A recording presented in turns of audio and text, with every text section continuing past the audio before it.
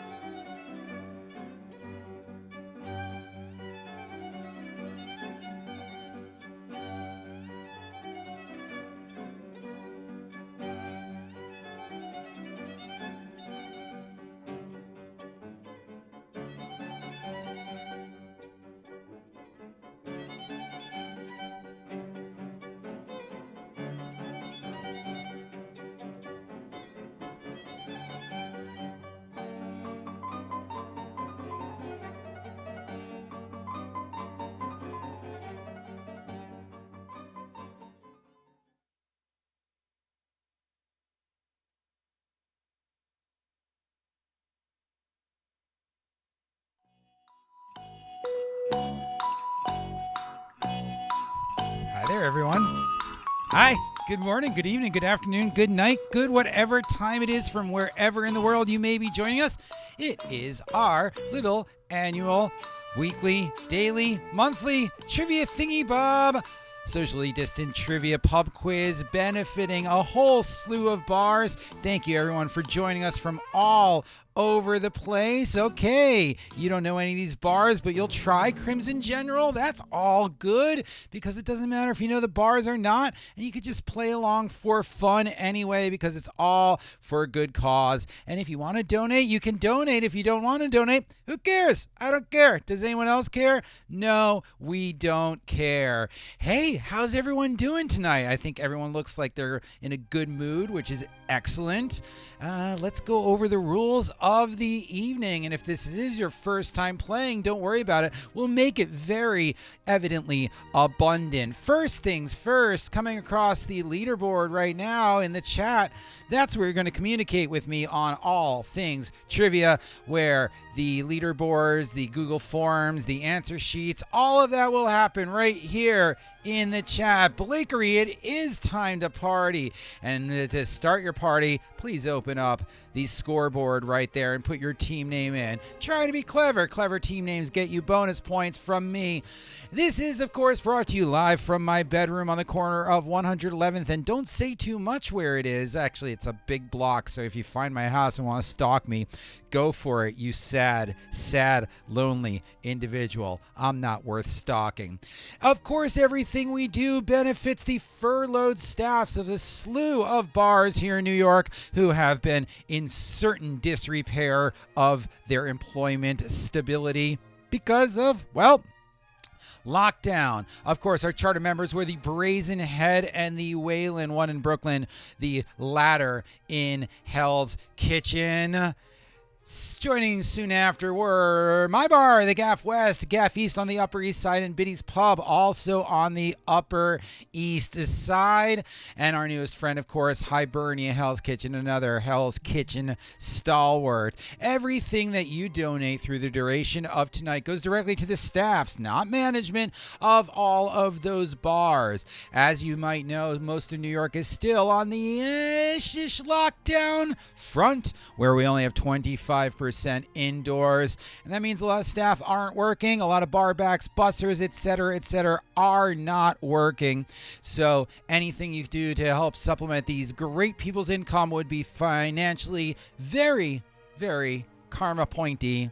But otherwise, don't worry about it. Hang out and play, because I know a lot of you are generous, but if you are in no way, shape, or form able to be generous, don't. We know how it is. We're in the same boat. But if you do feel the little inkling of benefit, all you have to do is follow the rules. First things first, go follow all of our pubs on the Instagrams so you can see awesome things like Dara mixing up terrible concoctions and Jeff's knees. Maybe Jeff's knees. Probably Jeff's knees. Jeff seems to be the guy who will show a lot of his knee.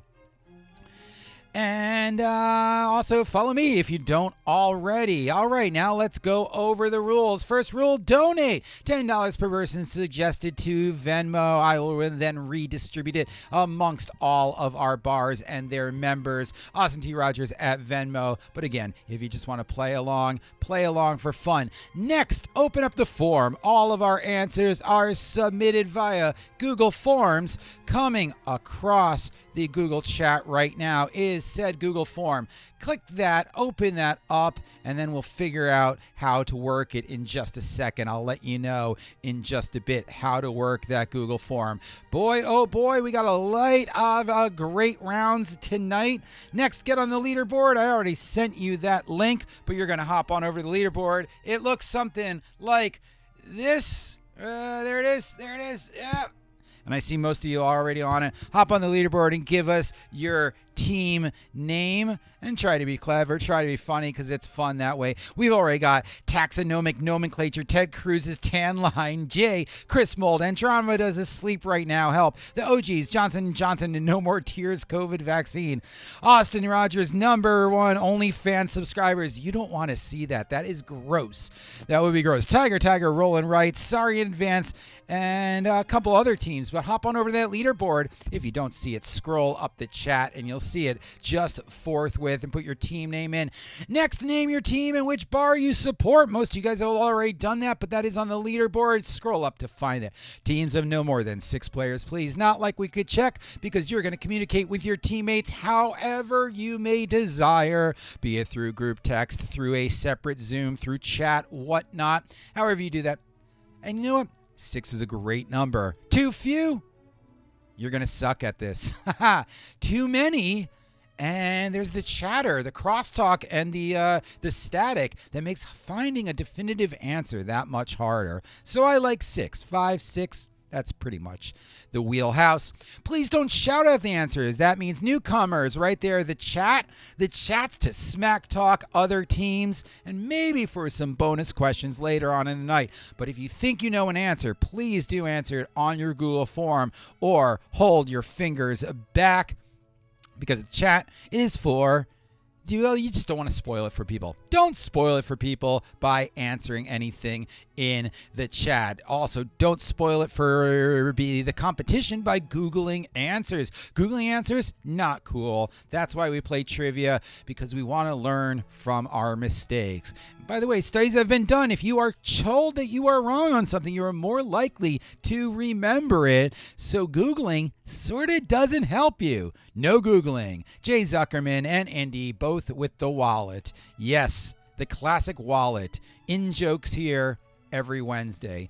And finally, turn in answers in cap locks. Only one person on your team has to turn in the Google form. Make sure when they do so, they have it with the caps locks on. So reach on over to the corner of your keyboard and click the caps locks. And you don't have to click submit until I ask you to.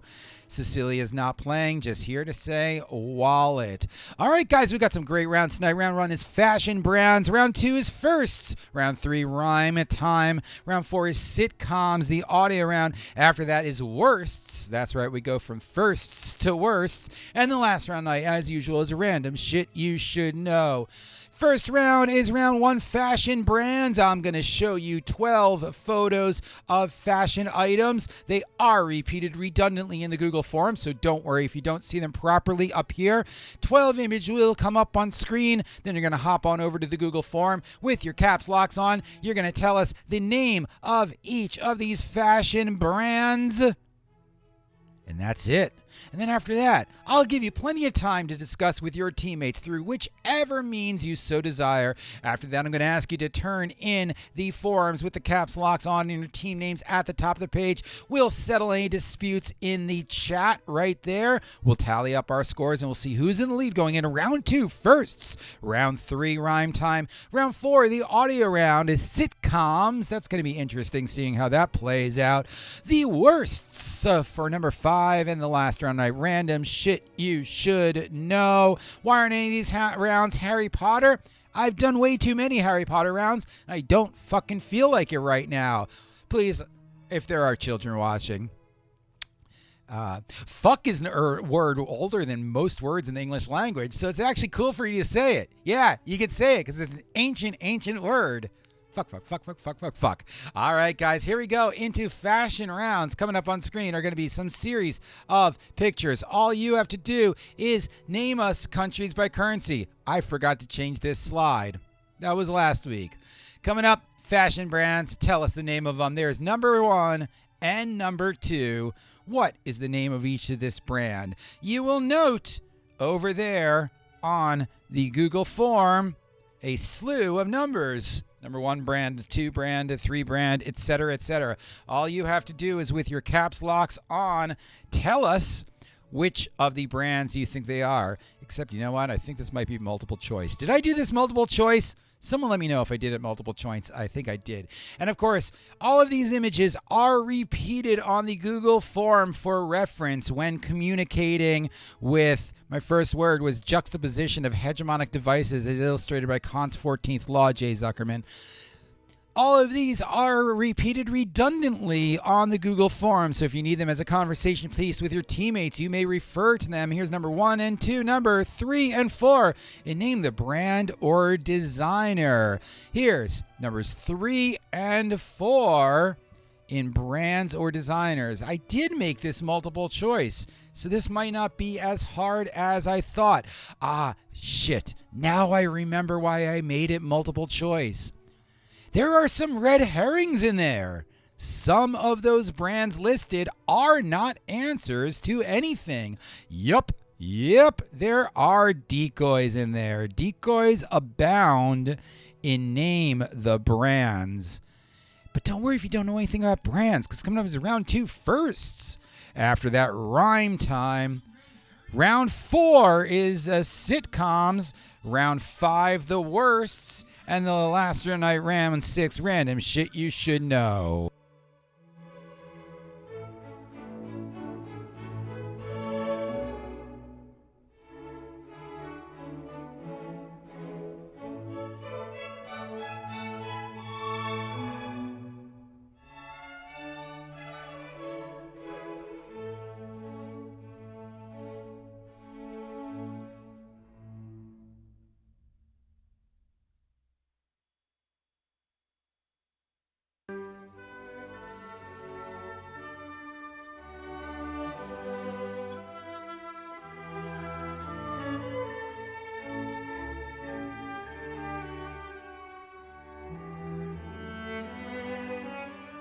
Here's the next ones, numbers 5 and 6, and name the brands.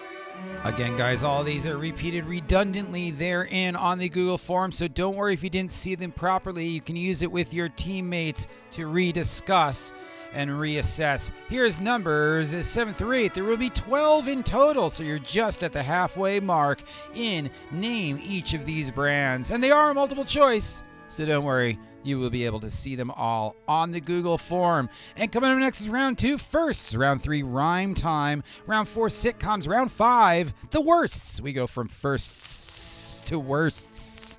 And then the last round night, random shit you should know.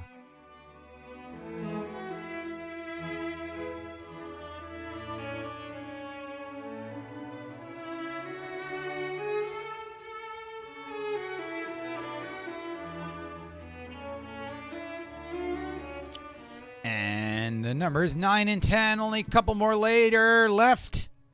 And some of these are easy. And again, it is multiple choice. However, be forewarned, there are red herrings in there. And since this is multiple choice, the second you are deemed correct and have clicked that submit button, you don't have to do so until I ask you to, you will hop on over to the leaderboard and tell us how many out of 12 you received correctly. That's right. Hop on over to the leaderboard and adjoining your team name, tell us how many out of 12 you received correctly. And then we'll tally up the scores and sort them and see who's in the lead as we go into round 2 firsts. And there's numbers 11 and 12 in Name the Fashion Brand or Designer. Coming up next, guys, is firsts. All about the first something or other to happen, to do things, etc., etc. The audio round is in the middle of the night at sitcoms. Between that, we'll sandwich a little bit of the rhyme time. Round 5 is worsts, and then we'll cap off the night with random shit you should know. Okay, guys, you guys have roughly 2 minutes to discuss amongst yourselves with your teammates, and then you're going to have to click that submit button when I say, once the Google form has judged you on your correctness or incorrectness thereof, please take how many out of 12 you got correct and hop on over to the leaderboard and press that right away. Jay has already turned his in.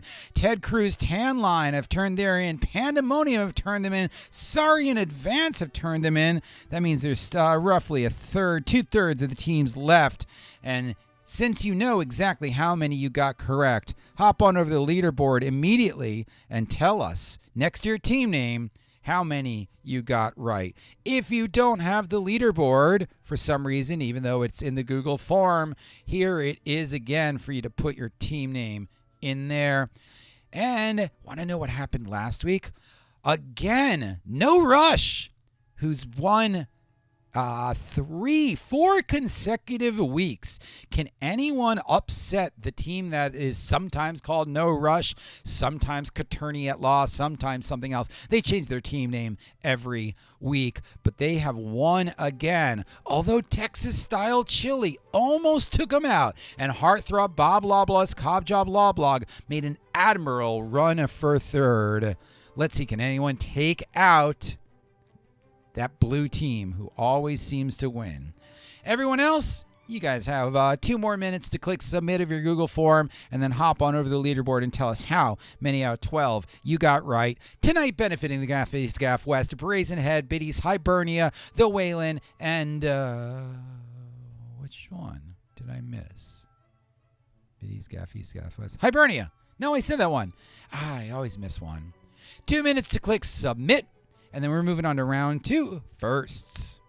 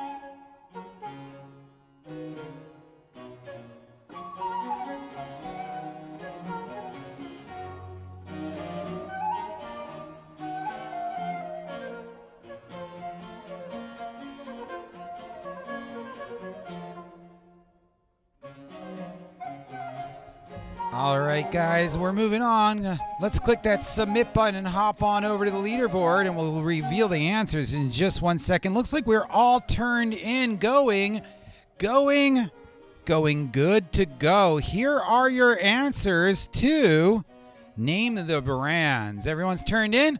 Good.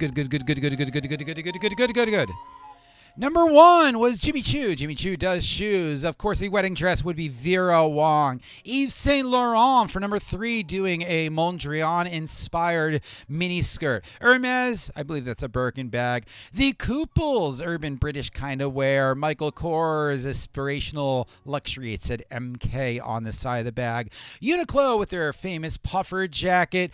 Puma is the designer of that sneaker. Chanel, Marge Simpson's a famous Chanel suit. René Lacoste designed the polo shirt for tennis. Isabelle Marant for hip boho chic women. And Coach, not really sure what that is. Coach is the name of the company, and what is it called? Leather goods are the game of the company. And wow, it being multiple choice, there are 5 teams tied at 12 points, a perfect score to open it up with Civil Minds, Black Lives Matter, Ted Cruz, Tan Line, Johnson & Johnson, COVID vaccine, and Tiger rolling right, all with 12. The OGs and Tiger Splints are right behind at 11 and 10 apiece. And then everyone else is close enough because we're moving on to round 2, all about firsts. Coming across right now in your leaderboard, in your Google chat, is the Google form. Please open that up, put your team name in, put your caps locks on, because coming up right now will be 10 questions on firsts. If you ain't first, you're last. I'm going to read every question right up here. At the end of the 10th question, I'm going to put all of them up on screen for you to review with your teammates. Then I'm going to ask you to click that all-important submit button after enough time. Then we'll come back. We'll settle any answers, settle any disputes in the chat, and then we'll move on to round 3, rhyme time. All those answers, I designed all of those. Yes, I'm sure you did, Blakery. Go to the Blakery. All right, guys, you ready for round 2 firsts? After that comes round 3, rhyme time. Round 4, the audio round, sitcoms. Following that, worsts. And then the last round, random shit you should know. Question number 1 in round 2, firsts number 1. The first film in the MCU was 2008's Iron Man, but the first film to ever star a Marvel character was a 1944 serial starring this character. The first film in the MCU was 2008's Iron Man, but the first film to ever star a Marvel character was a 1944 serial starring this character for number 1 in firsts. Repeats will come up after number 10 at the end of each and every round, so don't worry about it. If you didn't hear them properly, they'll all come up here. Then I'll give you plenty of time with your teammates to sit and chat and figure it out. We'll click submit. We'll settle any disputes because sometimes the Google Forms are incorrect, which pretty much means I made a mistake. And then you could turn them in, and we'll see who, after you add up your own scores, is in the lead going in to round 3, rhyme time, one of my favorites. After that, the audio round, sitcoms. Let's see how sitcoms play in the audio realm. We're in firsts right now, but round 5 is worsts. And then the last round is random shit you should know. Number 2, in 1789, she became the first second lady of the United States. She was also the second first lady. In 1789, she became the first second lady of the United States. She was also the second first lady for number 2 in famous firsts.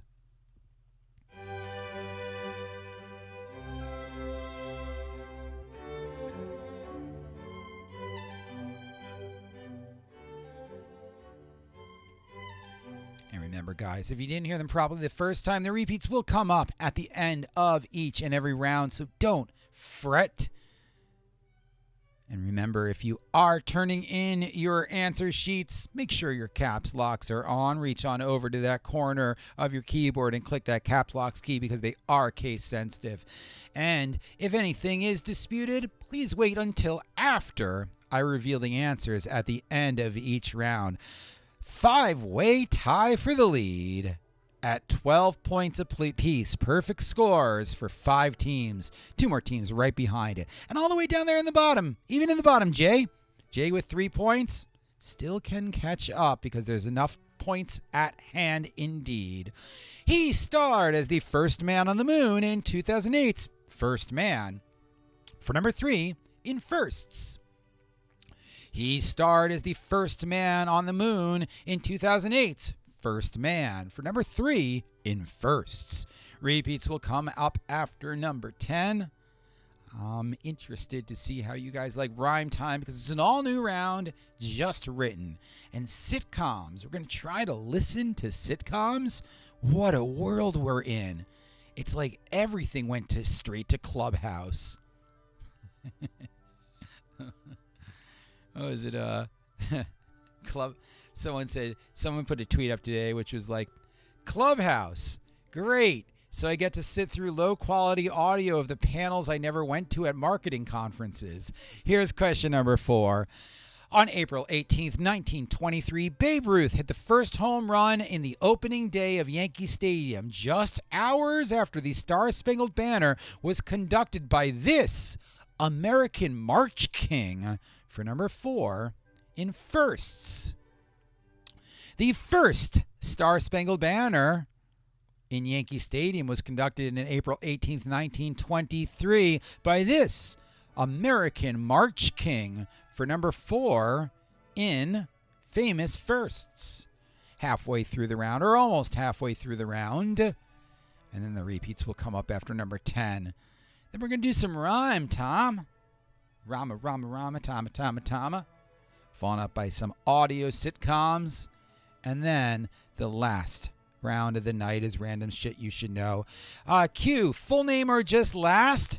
Well, you can absolutely do last names on anyone can have a last name unless there is someone equally famous who have the same surname in the same artistic or disciplinary field.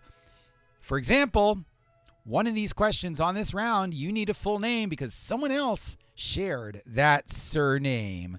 But Indy's high school music education is coming in. That period should be inside the quotation marks. Blakery, this is me caring.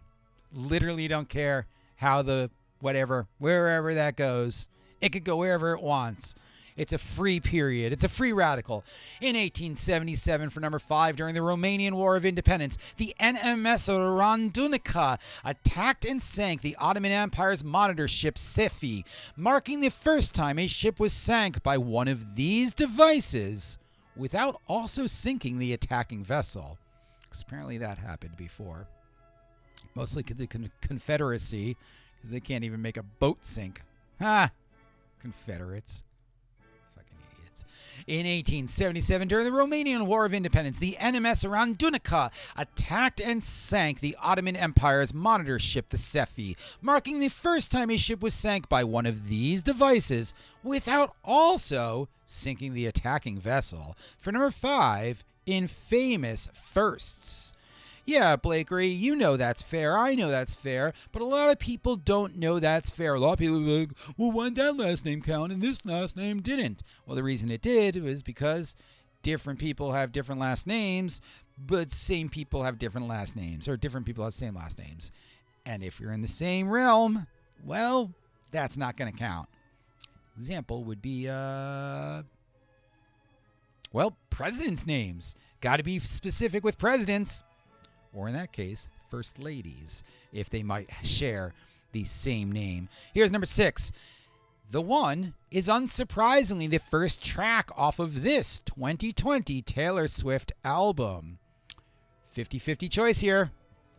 The One is unsurprisingly the first track off of this 2020 Taylor Swift album. For number 6, we have just crossed the halfway mark through round 2, famous firsts, which is the second round.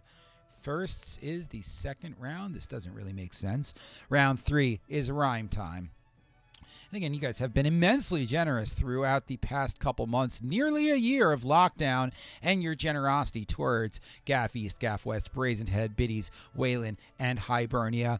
I think it's somewhere like $29,000 have been raised by you and gone directly to all of the bar's staff. So we can't thank you enough for helping us through this dark and cold and tiresome and bizarre and uncertain time. Oh, the period. Oh, you meant about the period. Oh, sorry. I don't. Don't go back to the period. I don't need the period. Number 7. Although Maud Watson won in 1884 and 1885, she lost in 1886, and her opponent Blanche Bingley became the first awarded the Venus Rosewater Dish, the trophy of this tennis tournament. Maud Watson won in 84 and 85, but lost in 1886, and thus her opponent Blanche Bingley became the first awarded the Venus Rosewater Dish, the trophy of this tennis tournament. For number 7 in famous firsts. That's right, Maud Watson won the first 2 of the tournaments, but Blanche Bingley won the first trophy of this tournament. So what happened? When did those start back in them tennis days? Raise a glass, everyone. I'm gonna be drinking some ho-ho hot cocoa. It is not ho-ho hot cocoa. It is whoa something else. Here's number 8. Richard Schultz's 1966 hi-fi shop in St. Paul, Minnesota called Sound of Music was the first store of many that would become this retail giant. For number 8. Richard Schultz's 1966 hi-fi shop in St. Paul, Minnesota called Sound of Music was the first store of many that would become this retail giant. For number 8 in famous firsts. 2 more questions on this round, and then all of your repeats will come up after number 10. Then I'll give you plenty of time to discuss with your teammates. We'll come back in here. You'll settle any disputes after I reveal the answers. You'll hop on over the leaderboard, your score yourselves, and we'll see who's in the lead going into the next round, round 3, rhyme time. Ready for number 9? Rhyme time number 9. Doesn't really work as a rhyme, but there we go. Here's number 9. In 2006, a Democratic member of the Alabama House of Representatives initiated a bill to pardon Lily Mae Bradford, who in 1951 became the first, albeit less recognized, black woman to protest this city's segregationist transit laws. In 2006, a member of the Alabama House of Representatives initiated a bill to pardon Lily Mae Bradford, who in 1951 became the first, though less recognized, black woman to protest this city's segregationist transit laws. For number 9 in famous firsts. That's right, sometimes even the one we think of as the first is not the first, because there is a first. I've never had breakfast before.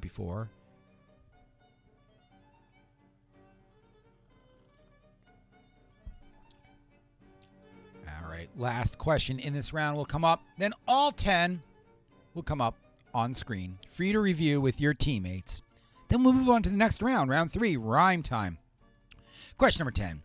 In the 1912 Stockholm Olympics, the first ever decathlon and first ever pentathlon were won by this First Nations and American athlete. In the 1912 Stockholm Olympics, the first ever decathlon and the first ever pentathlon were won by this First Nations and American athlete. Those are your clues. The answers will come up in just a second. And here are your repeats for famous firsts. You guys have roughly 2 minutes to review, another minute or 2 to click that submit button, and then we're going to review the answers together, settle the scores, tally up our leaderboards, and see who's in the lead going into round 3, rhyme time. 2 minutes to review. Clock starts now.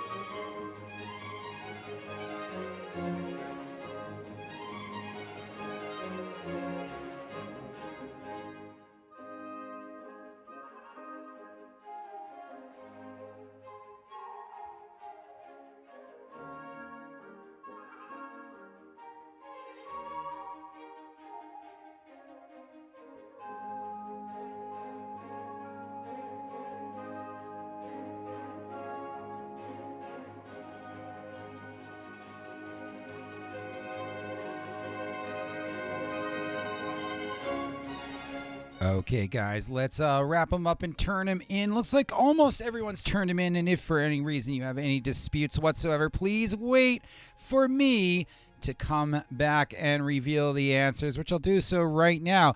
Otherwise, you can hop on over to the leaderboard and, oh my God, looks like you guys already have told us how many out of 10 you got. Looks like a couple teams might have some disputes, but here are your answers. Number 1, Captain America made the first appearance of a Marvel company character in 1944. Although he didn't have his shield, he only had a gun, and his name was something different, and he wasn't a super soldier, and it wasn't even owned by Marvel at that point. It was called Timely Comics. Whatever. Number 2, Abigail Adams was the first Second Lady and second First Lady. Ryan Gosling played First Man. John Philip Sousa conducted the first ever Star Spangled Banner in the 1923 Yankee Stadium. A torpedo was first used in 1886 to sink an Ottoman Empire. The CSS Hundley, the Confederate submarine, did sink a boat, but also killed everyone on board. So 26 dead Confederates. Pretty good roll, I think. Folklore is the 2020 Taylor Swift album. That is her first album of 2020. Her second surprise album, both surprise, was Evermore. The first song on that is Willow. Wimbledon was first won in 1884, but first awarded the trophy in 1886. Best Buy became from the Sound of Music stores in St. Paul, Minnesota. Montgomery, Alabama saw multiple bus boycotts, and Jim Thorpe won the first decathlon and first pentathlon. All right, you typed Philip instead of Philip. Blakery, give yourself an extra point for that. We never criticize or critique for general spelling or phonetic errors, so hop on over the leaderboard and give yourself a point for that. Any other disputes, guys? The sousaphone is the stupidest looking instrument. It is a pretty dumb looking instrument until you've met a concert violinist. They're the dumbest of instruments. The person attached to the concert violinist, that is.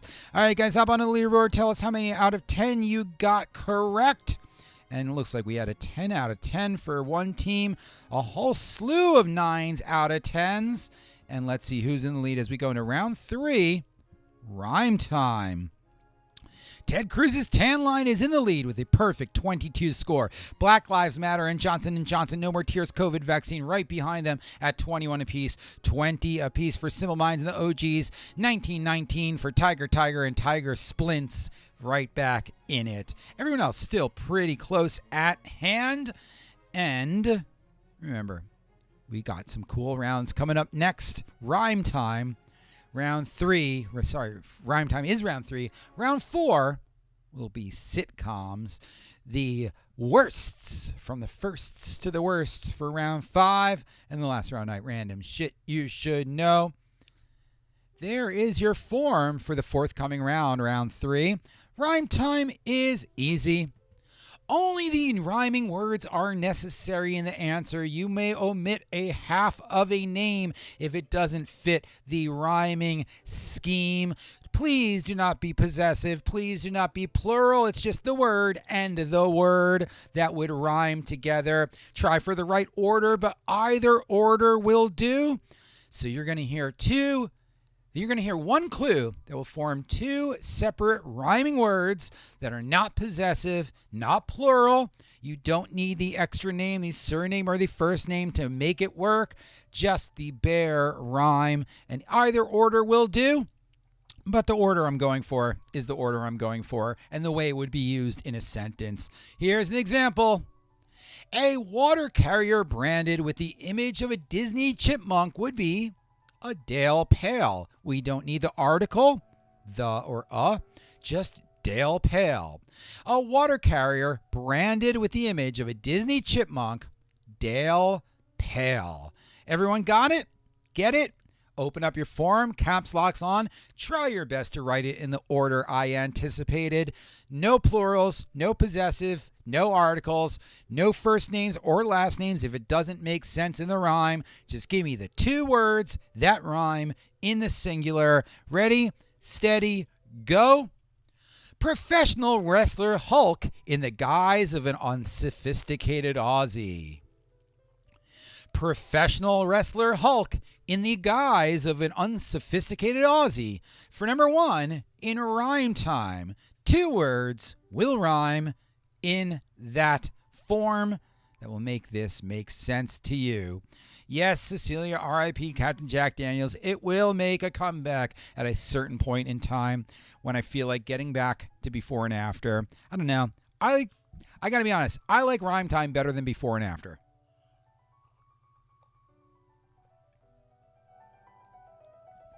But that's just me. I personally think rhyme time is way more clever than before and after. Because before and after isn't so much, maybe I just like writing rhyme time better. Yeah, I think I just like writing rhyme time better. Writing before and after is fun, but not as fun as this. Here's question number 2. A spicy Indian dish in Runnymede, Woking, or Guildford. A spicy Indian dish in Runnymede, Woking, or Guildford for number 2 in rhyme time. Hot Karoo, hot Rod Karoo, hot short time. We got to no hot Rod Karoo will come back again, or maybe another before and after example. Maybe I'll just have a new before and after example every single time. You like rhyme time? That's good. I like rhyme time too.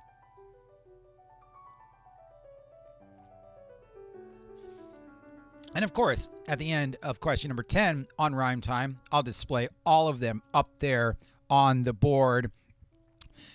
And we got a great game at hand. The top the top 7 teams are within 3 points of one another. The top 11 teams are within 9 points of one another. So this is going to go down to the wire. I'm pretty excited. How many teams do we have tonight? We have 14 teams. That's a nice substantial turnout. I like that. Number 3, a bicuspid belonging to the career leader in slugging percentage. A bicuspid belonging to the career leader in slugging percentage. Did I spell bicuspid wrong? Does that look right to you? I'm looking at that word and it's not really making sense to me. I know what the word is. I know what it means. By the way, don't tell us what... Indy, I could crowdsource before and after answers, but I'm never going to crowdsource before and after questions because that's me. That's a little bit of my heart right in there. But answers, sure, I'm always open to answers. For example, for yours, it would be, despite its name, this race is only 250 or only 200 laps, and the proclaimers would walk this far. Indianapolis, 500 miles. There you go. I just came up with that on the top of my head. Here's number 4 in rhyme time. A scuffle with the Americans' Elizabeth Jennings. A scuffle with the Americans' Elizabeth Jennings for number 4 in rhyme time. This might be a tough one. I'm not sure.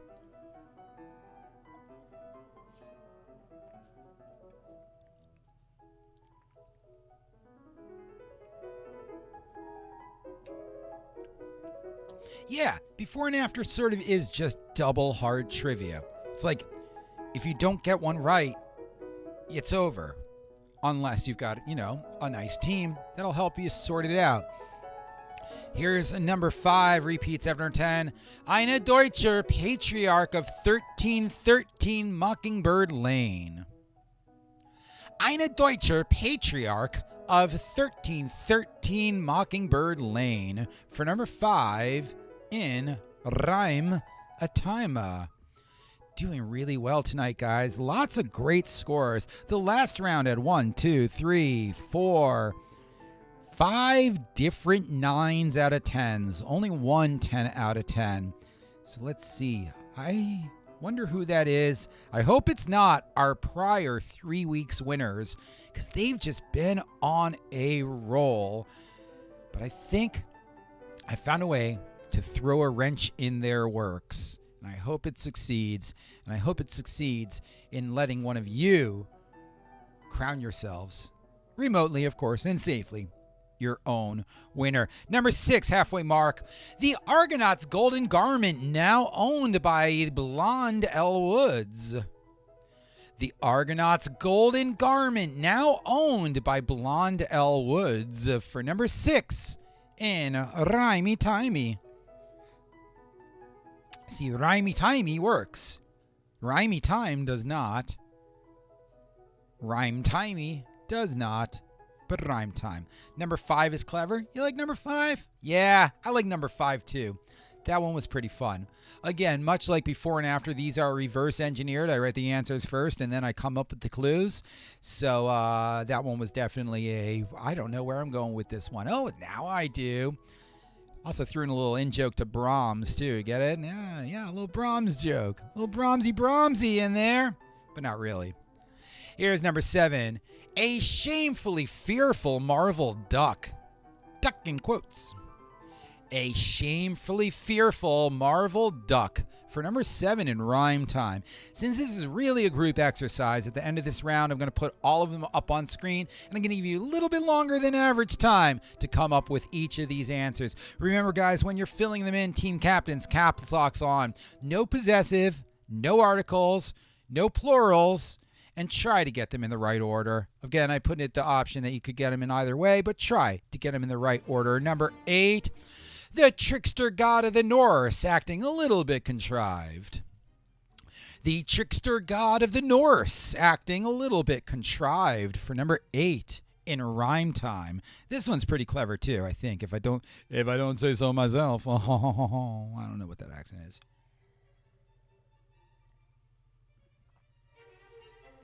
Two more questions left on this round, and then they will come up on screen. All 10. Allow you guys time to get the repeats out of your system. Then we're going to click that submit button, turn them in. After I reveal the answers, you can settle any disputes in the chat. Then you will grade yourselves on the leaderboard, and we'll see who's in the lead as we go into the audio round. The audio round's about sitcoms. Well, what about sitcoms is it? I don't know. An oxen-pulled four-wheeler hauling wine jugs. That R sort of fell off the side of that sentence there, didn't it? Apologies for that. Or fuck that R, whichever one comes first. An oxen-pulled four-wheeler hauling wine jugs for number 9 in a rhyme time. 2 words, no possessive, make 'em match, make 'em work, make 'em rhyme, rhyme, rhyme. Yeah, writing them backwards makes sense. All those ones like before and after, you always write backwards.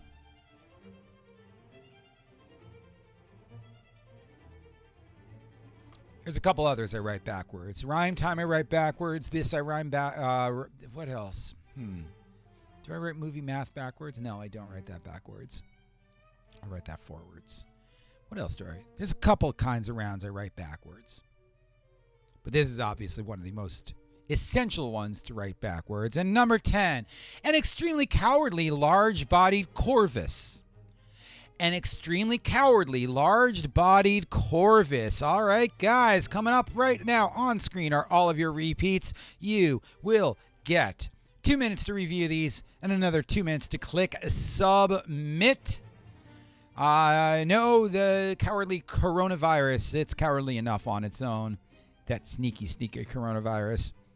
There are your repeats up on screen. These will stay up for the next minute and a half. And then I'll give you another minute or so to discuss with your teammates. I will ask you to click that submit button. We're going to turn them in. Please wait until I reveal all the answers to settle any disputes that may arise. Then you're going to hop on over to the leaderboard, tally up your own scores, and we'll see who's in the lead going to the audio round, sitcoms. After that is worsts. And the last round night random, shit you should know. Here benefiting Gaf East, Gaf West, Brazen Head, Waylon, Biddy's, and Hibernia. And wow, Tiger rolling right turned in their scoreboard overnight. And my oh my, might you have a fright, because their score was mighty tight. Word? Aw, shit. I'm a white rapper.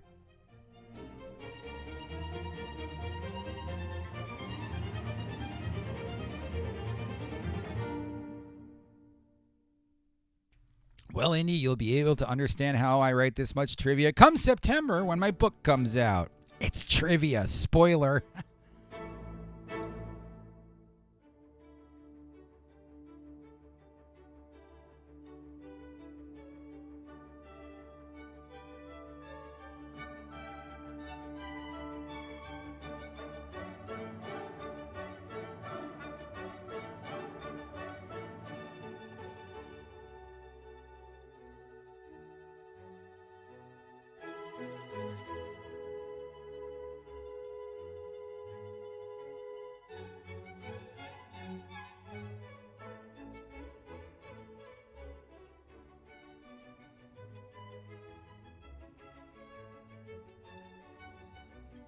2 more minutes to click submit. Roughly 1/3 of the teams have done so thus far. For the rest of you, don't worry, work them out amongst yourselves.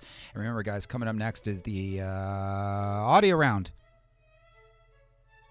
Sitcoms. Then after that, worsts. 2 more minutes to click submit.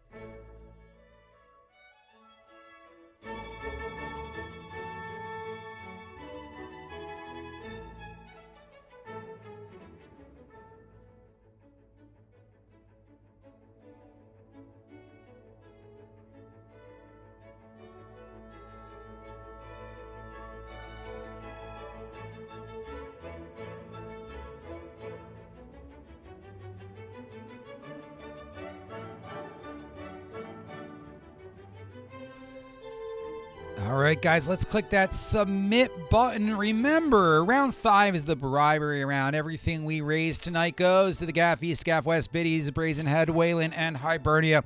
My phone just buzzed its way off the counter and into the trash basket, where it belongs. Covered in, oh, God, that is disgusting. Ugh. Okay. All right, I'll clean that later. No one text me, except you're going to text me for the bribery round, where all the Venmo proceeds go to the staffs of Biddy's, Gaf East, Gaf West, Brazen Head, and Hibernia. Remember, guys, everyone's been out of work for a while, so this really helps them all.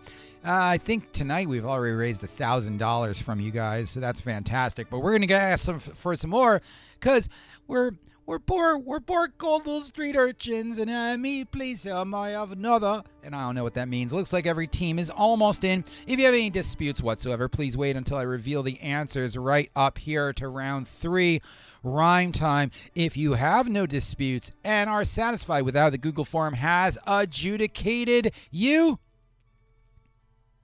you could hop on over the leaderboard and tell us how many out of 10 you received correctly. Everyone ready? Looks like everyone's turned in, or if not, do so in the next 30 seconds or so.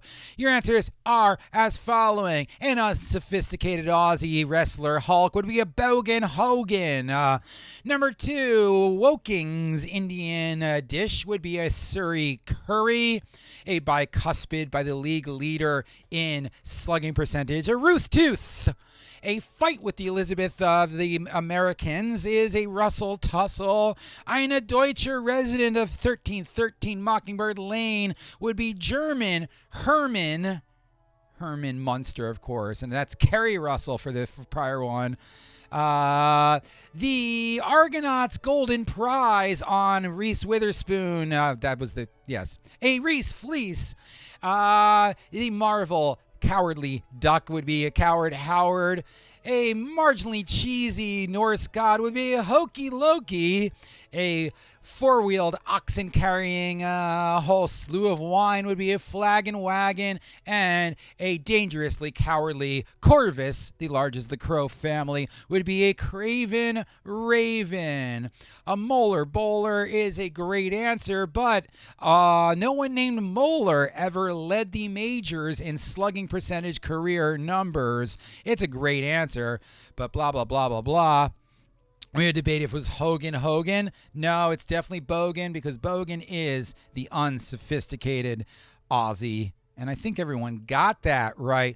Our team name's on the spreadsheet twice. Well, Adam, delete it then. I don't know whose it is, or someone fix it, because not really up to me. All right, hop on over the leaderboard. Tell us how many you got correct and how many we're working with. It looks like we got a tie for the lead. Ted Cruz's Tan Line and Black Lives Matter both have 31 points. Johnson & Johnson No More COVID Tears right behind them at 30. And then there's just a blank spot there, and I don't know who that is. Someone could figure it out for themselves, because I don't really care who wins as we go into the next round, which is the audio round, round 4, sitcoms. Presenting you will be a 30-second or so audio clip. Audio only, so turn up those headphones. Audio only from a sitcom. Name the sitcom. There are only 10 clips, and they will only be played once. Therefore, it's 2 points per correct answer. That's right. 10 sitcom audio clips played through only once. But each correct answer is worth 2 points. And this is not multiple choice. This is get it or not get it. 10 sitcoms, 30-second clips, only audio. Turn up the volume, pump up the jam, pump up the jam, pump, pump. And then after that, we go in to the bribery round of worsts. I'll let you know the rules on bribery later. And then the last round, random shit you should know. Sitcoms, turn up the volume because here they come. 2 points for the name of each sitcom. Starting with number 1, now. Rates fall, they will refi, and that's the realtor's lullaby. George, please. Why are they still crying? Do you think they know they're chubby? It took us a while, but we finally named our babies. This is Poppy because that's my favorite flower. And this is George because he came out looking curious. You know, like Boy George. Oh, hey, Portal, answer. Hi, Alex. How's my little ice queen? Number 2. Didn't love being called that in high school. Don't love it now.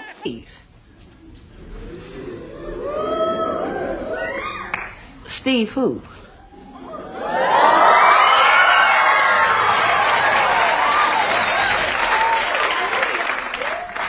Steve Urkel. You. No. There is no Steve here. I'm Stefan, sweet thing. So dumb. Stefan Urkel. Number 3. Listen, if I don't get out, I want you to pick up. I have a roll of film at the Photorama.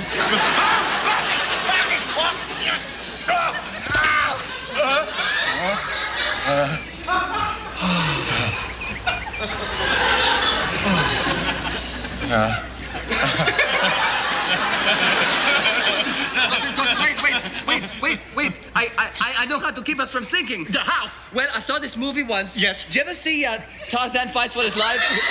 Super slick. Bring it up! Okay, Tarzan says that if you don't struggle, then you won't get caught at a quick All right, then relax.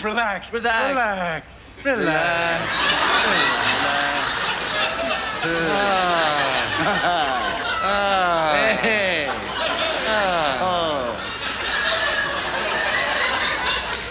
No idea whose panties those are. Number 4. Those panties are mine.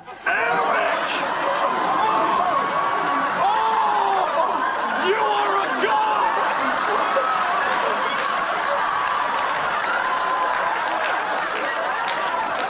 A god, I say!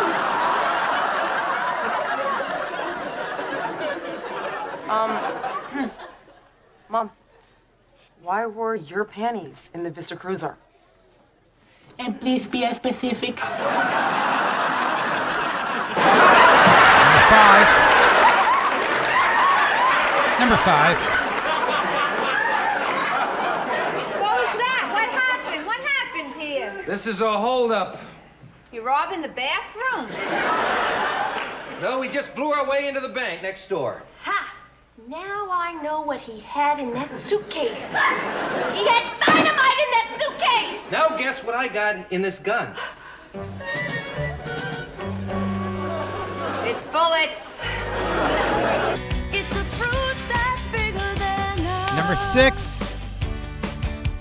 Changing the palms at work. Now you're laughing at salads. Kabir's late again. I need you to fire him as soon as he gets in. And fix that record player.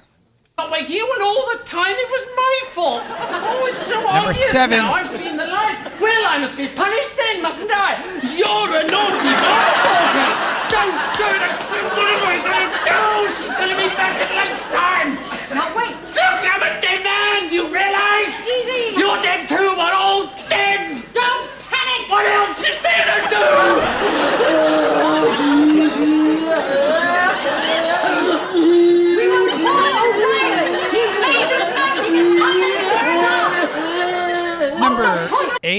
just cut the cord with Junior. Really now? I'm impressed. That was a mighty thick cord.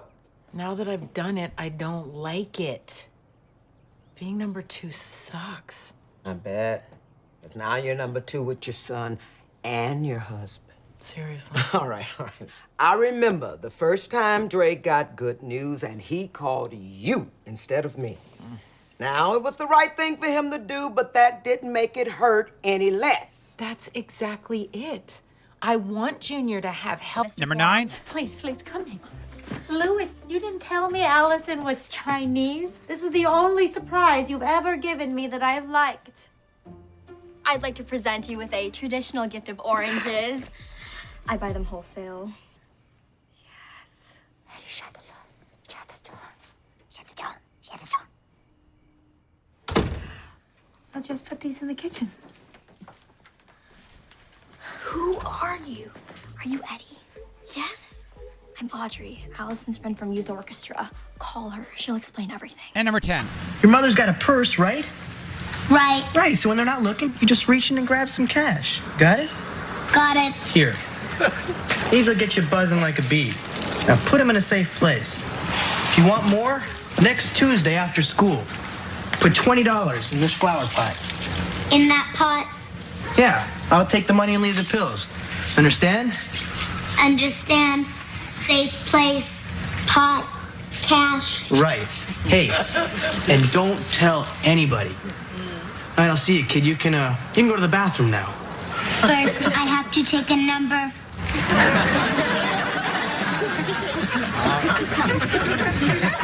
All right, guys, those are all of your sitcom clues. You guys have 2 minutes to discuss, and then you're going to click that submit button. Then we're going to move on to the next round, worsts. 2 minutes.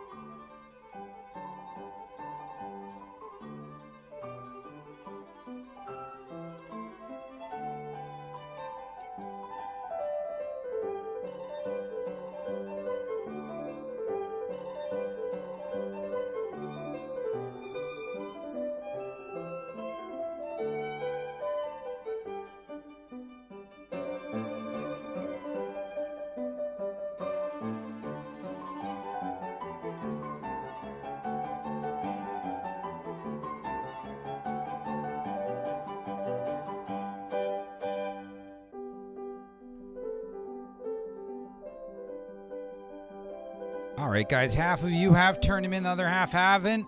Now is the time to turn them in, because coming up next is the bribery round we had first. Now we go into worsts. And then the last round night random shit you should know. Just so you know, everyone, every time you ask for the Google form, I'm just sending it to you for a courtesy. Every Google form is embedded in the end of each prior Google form, so all you have to do is open it up and have it preloaded. You not doing so is sorting out my fucking problem. But I'm doing it for you because I love you guys. Not necessarily you, just your incompetency. And here is the next one for the next form. Everyone, turn them in.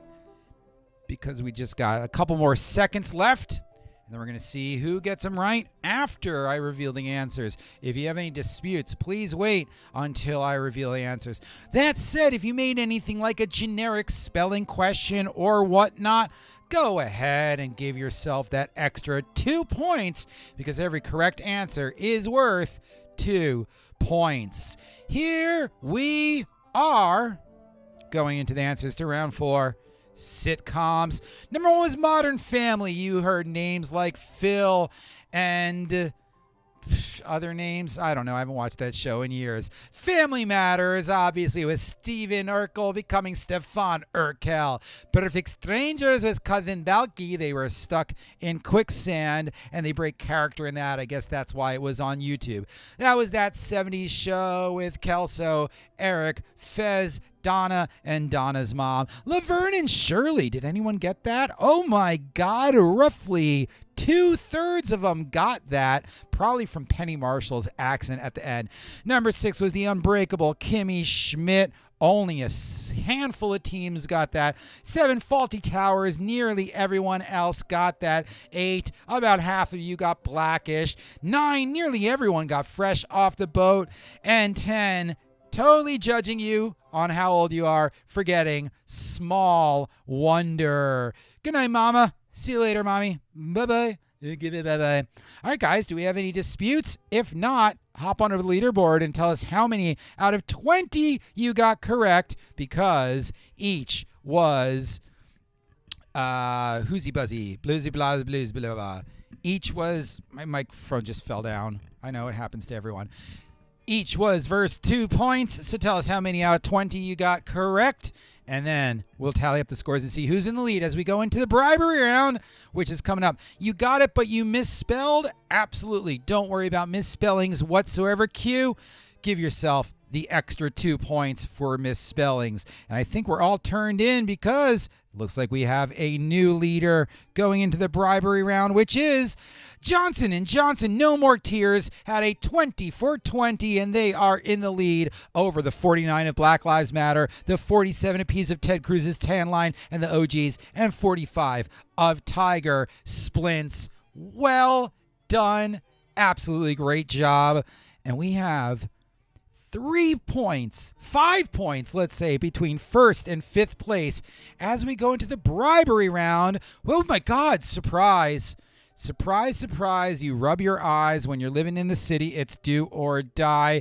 Here we go, here we go, here we go. 5 bonus points to the first correct answer in the YouTube chat. Beauty is in the eye of beholder. I am the beholder. So please concentrate on getting the answer right, and then I will identify which team member got it right. You'll tell me what team you were on, and I will award you 5 bonus points. First correct answer in the YouTube chat nets their team 5 bonus points. Flip-flop answers are perfectly fine. Nicole Lynn, give yourself those points. 5 bonus points. First correct answer in the YouTube chat. Nails it. Here we go. Of the round's prior sitcoms, which ran for the fewest episodes? Of the round's prior sitcoms, of the prior rounds of sitcoms, which ran for the fewest episodes? First correct answer in the YouTube chat gets themselves 5. David Baird, nailed it. Faulty Towers ran for 12 and only 12 episodes. David, good job, brother. Please let me know what team you're on, and I am going to give you 5 bonus points. David Baird gets his 5 bonus points for the 12-episode run of Faulty Towers. David, what's your team? Because I want to give you 5 points, and I want to rejigger the scores and see who's in the lead. You are on Tiger, and Tiger gets a 5-5 on their pointers, and boosh.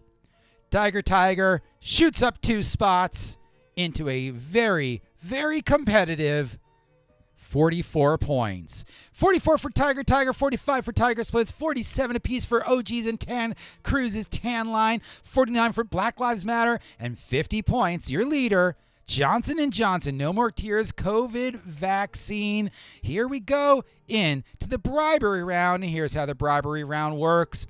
All proceeds go to the staff at the Brazen Head, Waylon, Gaf East, Gaf West, and Hibernia. Hey, how do you answer so quick? Different people have different latencies and different internet issues, and I don't care about them. Haha, literally don't care. If you got it quicker, that means your internet was running faster or something, or the internets or whatever. Don't care. It doesn't matter. $20 to Venmo gets you a clue for the forthcoming round. $40 gets you a full bore answer. Venmo to Austin T. Rogers right there. $20 or $40. $20 will get you a clue for the forthcoming round, which is worsts. $40 gets you a full bore answer to worsts. The trick of the trade is I don't tell you which of the 10 your clue or answer refers to. That's right. I will give you a clue or answer depending on how much you donate, knowing full well that your donation goes immediately to the Gaf East, Gaf West, Brazen Head, Biddy's, Hibernia, and the Waylon. But I don't tell you which of the 10 your clue or answer applies to. It's up to you to figure that out. That's right, guys. The next round is called Worsts. We had firsts. Now that we had worsts, and $20 gets you a clue for the next round worsts. $40 gets you an answer. Austin T. Rogers at Venmo. The trouble is, I don't tell you what they apply to. I'm just going to send you a response on your Venmo chat, and you got to figure out which of the 10 it applies to. Bribery window is open for the next 2 minutes.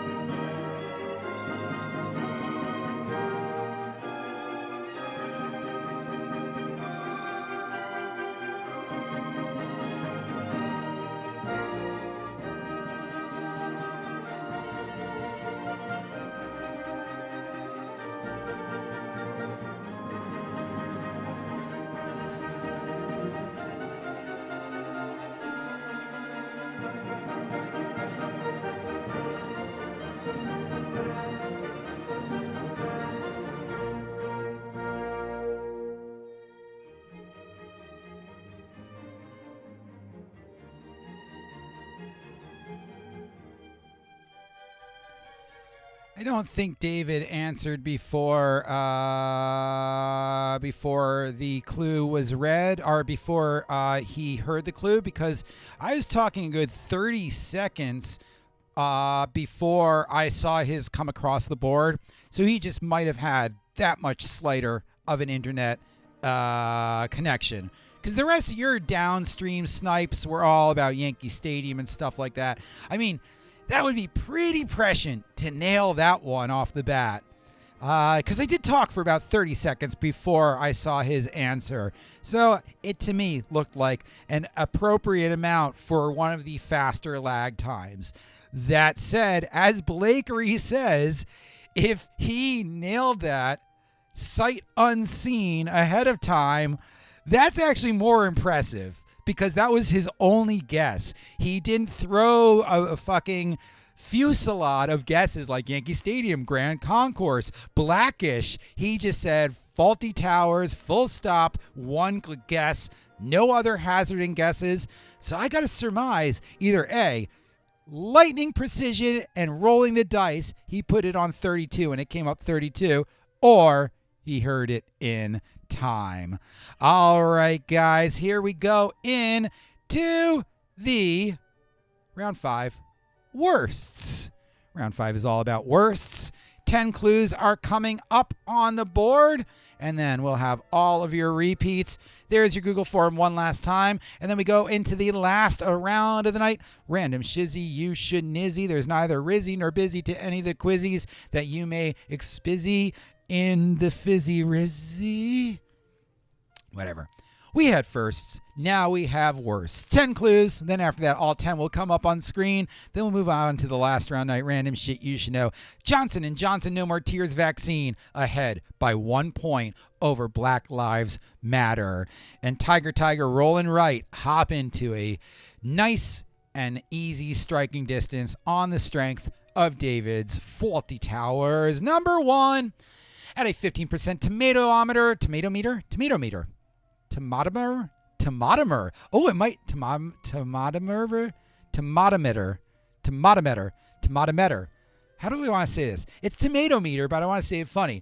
At a 15% tomatometer score, The Circle just edges out this 16% rating of The Bonfire of Vanities as the worst rated film starring this actor. At a 15% tomatometer, I can't even say it now. I'm trying too hard to make jokes at it. At 15%, This Circle just edges out the 16% rating of The Bonfire of the Vanities as the worst rated film starring this actor. For number 1 in the worst, we had the first. Now here's the worst. And coming up next is the last round tonight. Random tomatometers.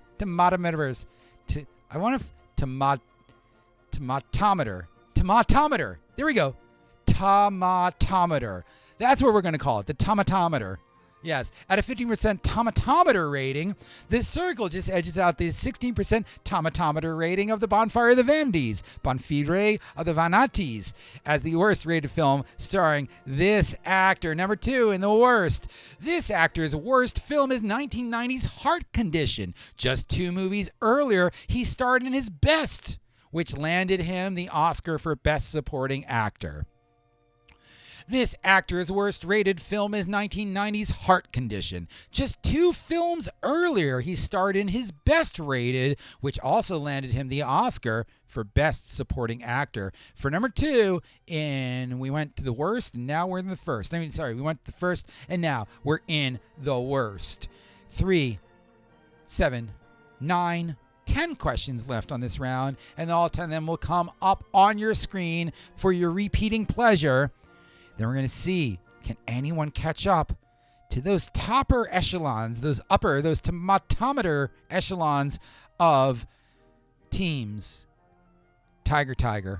Actually, let's start with Simple Minds. Simple Minds, Tiger Splints, OGs, Ted Cruz, Black Lives Matter, and Johnson & Johnson, all only within 8 points of one another. That's right.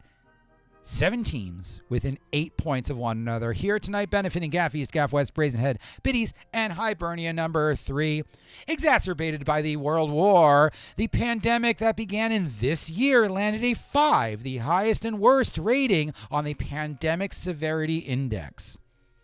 Exacerbated by a world war, the pandemic that began in this year landed a 5, the highest and worst rating on the Pandemic Severity Index. For number 3 in the worst.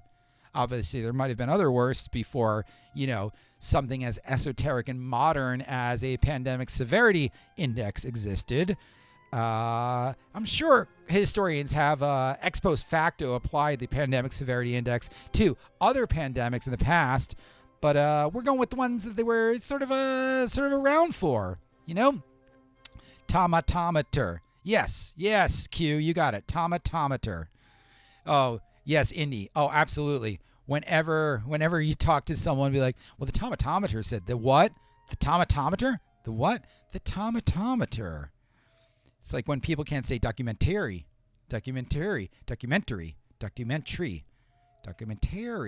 Here's number 4 in the worst. Although they came to slightly different conclusions, both Metacritic and Rotten Tomatoes agree that the first and 9th episodes are the worst installments of this film franchise. Although they came to slightly different conclusions, both Metacritic and Rotten Tomatoes agree that the first and 9th episodes are the worst installments of this film franchise. For number 4 in the worsts. They actually flipped their scores. It was 51-54, and then the next one was 54-51. So they had this reverse score thing. Either way, not good. Not good. Tough crowd. Hey, am I right? And now I said something dumb I can't not spoil this one because it's already spoiled by the simplistic nature of the question, so everyone knows what the answer is. I mean, yeah, whatever. All right. Here, see how many times I could put tomatometer in one conversation? Indy, I would love to do that. Be like, well, when Jude Law's tomatometer rating is here's number 5. The worst single-season baseball record is held by 1899's 20-win, 134-loss record of the Spiders from this city. For number 5. The worst single-season baseball record is held by the 1899 20-win, 134-loss record of the Spiders from this city. For number 5 in the worst. Coming up next, 5 more clues on the worst. Then after that, all of your repeats will come up on screen. We'll settle any disputes after I reveal the answers right here. And we'll move on to the final round of the night. Random Shizzy Shinizzy here benefiting Gaf East, Gaf West, Brazen Head, Biddy's, Hibernia, the Waylon, and oh wait, I got someone else. Someone just asked for a clue. I got to give them a clue for something coming up shortly. There we go. I got a clue for you. Yes. There you are. There's a clue for you for your late-coming bribe into the bribery round. The worst. Here's number 6 repeats after question number 10. A contractual obligation consisting of earlier released original film and score songs. This 1969 album is widely considered the Beatles' worst. A contractual obligation consisting of earlier released original film and score songs. This 1969 album is widely considered the Beatles' worst. For number 6 in the worst. I mean, if that's really the worst that you're putting up, you had a pretty good track run, boys. Those guys from Scotland, they're Scottish, right? I think. Never really listened to much of their music. So, yeah, not really familiar with the Beatles. Only a couple of questions left on this round. All your repeats will come up on screen. You'll have plenty of time to review them. Then I'm going to ask you to click that submit button. We'll bring them in. We'll tally up the scores after we settle any disputes in the chat. And then we'll move on to the final round of the night. Random shit you should know. Number 7. Being in production from 1847 until 2018 didn't stop this company's eponymous wafer from being listed on dozens of worst Halloween candy lists. Being in production from 1847 until 2018 didn't stop this company's eponymous wafer from being listed on dozens of worst Halloween candy lists. For number 7. No, David, I think you're wrong. I don't think the Beatles are from Liverpool. I think they're from Essex upon Tewkesbury. Yes. Right? Because they're the lovely lads from Essex upon Tewkesbury, right? That makes sense. Hydrate or die. It should be hydrate or die right, because I don't want to die with water in my body. Purity of essence. Duh. Fluoride. Fluoride. Think about it. Fluoridation. It's coming in for your purity. Your pure bodily fluids. All right, only a couple more clues left on this round in the worst, and then we go into the last round tonight. Random stuff you should know. Here's number 8. Burger King and Jack in the Box scored 6.6 out of 10 scores on Consumer Reports' poll of best-tasting fast food burgers, topping the 5.8 dead last rating of this franchise. Pretty small swath there of error, though. The Burger King and Jack in the Box 6.6s out of 10 scores atop the 5.8, the dead last rating of this franchise on Consumer Reports' best tasting fast food burgers. Scoreboard, tabulature. The Rudels. Yeah, exactly. All you need is cash. That's number 8 right there. Don't worry if you don't worry. Don't worry if you didn't hear any of your questions properly throughout the evening, because all 10 will come up on screen in just one moment. And then you'll have plenty of times to discuss with your teammates. Put your caps locks on. Turn in your answers. I'll reveal the scores up here. We'll settle any disputes. You tally them up, and we'll see who wins this round and how it advances them as we go into the last round tonight. Random shit you should know. Number 9, with 402 wins, 310 draws, and 388 losses, the worst record of the 6 teams to have never been relegated from the founding of the Premier League is held by this Liverpool club. With 402 wins, 310 draws, and 388 losses, the worst record of the 6 teams to have never been relegated from the founding of the Premier League is held by this Liverpool club for number 9 in the worst. Yes, it says Goat Man. Goat Man, Goat Man, bring me the news. I got a bad case of eating cans. That cartoon caricature of goats eating cans. Real. It's real. They'll eat anything. They'll eat a can. Plastic bag. Whatever. They will just eat it. All right, guys. Last clue of this round. All the repeats will come up on screen. Then I'm going to give you plenty of time to discuss with your teammates. We'll review the answers together, settle any disputes, tally up our scores, and see, can anyone top Johnson? Oh, Johnson & Johnson misspelled their team name. It's Johnson & Johnson. No more tears COVID vaccine. Good for you guys. I might take off some points for just misspelling. No, I wouldn't do that. Here we go for the last clue of the penultimate round of the evening.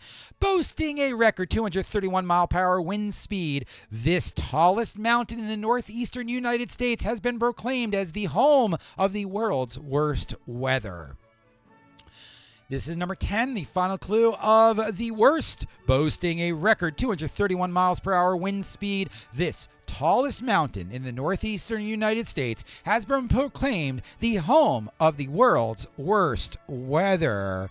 All right, guys, round 5 answers coming up in just a bit, right after you get some time to review and then some time to click your submit button. Clock starts now. You've got roughly 4 minutes. Then we're going to review the answers together, settle any disputes, tally up our scores, and see who's in the lead going into the final round of the night. Random shit you should know here, benefiting Gaf East, Gaf West, Brazen Head, Biddy's, Hibernia, and the Waylon. 4 minutes, clock starts now.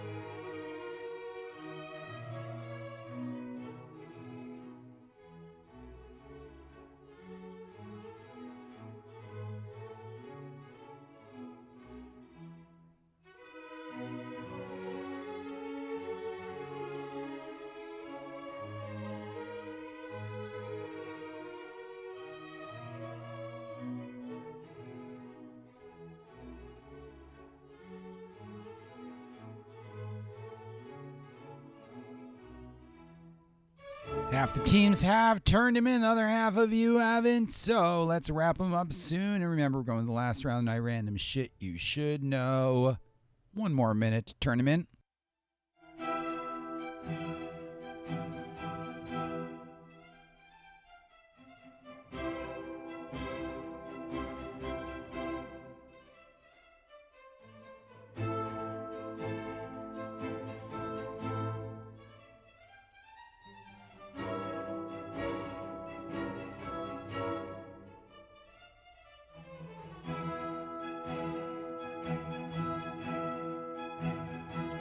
Remember, guys, if you like how the Google form has judged you, you may hop straight on over to the leaderboard and tell us how many out of 10 you got right. But if for any reason you don't like how it judged you, please wait for me to reveal the answers right up here. And we got some great scores rolling in right now. Whole bunch of 10s and 9s and 10s and 9s and 8s out of 10. Great job, everyone. But for everyone else, click that submit button in the next couple seconds, and then we're going to reveal the answers. Right up here. Blakery, good job. If you nailed it, brag about it. If you didn't nail it, also brag about it. Because no one knows. You could be like, yeah, I got a 10 out of 10. They'll be like, oh, which team were you? I was the other one. Because no one knows who anyone is. Because it's all mysterious. All right, guys, click submit. Hop on over to the leaderboard. Get ready to score yourselves. If you have not yet scored yourselves because you have a dispute, please wait for me to reveal the answers right up here in the worst. Looks like I'm waiting for about 2 or 3 teams to turn them in. And once they do so, yep, looks like we're good. Here we are with the answers. Number 1, Tom Hanks's 2 worst films were The Circle and Bonfire of the Vanities. Their tomatometer, now I can't say it anymore, were not good. Denzel Washington's worst movie came 2 years after his best movie, which was Glory, which netted him a Best Supporting Actor Oscar. 1918 had the world's worst pandemic, at least as far as records were concerned. Metacritic and Rotten Tomatoes both agree, although through different means, that episodes 1 and 9 of Star Wars are the worst of the episodes of the Star Wars. Cleveland Spiders of 1899 boast Major League Baseball's worst ever record. Yellow Submarine is critically panned as the Beatles' worst album. That said, it's still better than 9,842,000 different other bands' best records. Necco Wafers, the New England Confectionery Company wafers. Necco has recently gone under and been bought by the makers of Dum Dums. So now Necco and Dum Dums together in the basket at the end of your bank. A 6.6 went to Burger King and Jack in the Box for best burgers, and a 5.8 went to McDonald's for the worst. So it's not like any of them were really good or really bad. They're just sort of the worst. Everton has the worst record of any team that has never been relegated through the foundation of the Premier League, and Mount Washington, New Hampshire, boasts the world's worst weather, or so they claim. All right, guys. Let's turn them in, and everyone okay? Hop on over to the leaderboard. Tell me if you have any disputes right now. If you do have any disputes, please let me know in the chat, and I'll say sure. Yeah, give yourself an extra point. Otherwise, can we count Washington in lieu of Mount Washington? Blakery? Yeah, sure. Count it. No problem at all, because it did say mountain in the clue, so you can say Washington. Because I said mountain and you just filled in the blanks perfectly fine. All right, guys, any other disputes? Otherwise, tell us how many out of 10 you got correct. And if so, we are sorting and we're seeing who's in the lead as we go into the final round of the night. Random shit you should know. Johnson & Johnson, no more tears COVID vaccine, broke away by 2 points. They now have a 2-point lead over the 58 of Black Lives Matter, 3 points over the 57 of Cruz's tan line, 5 points over the OGs. This is pretty close because we're going to the last round of the night.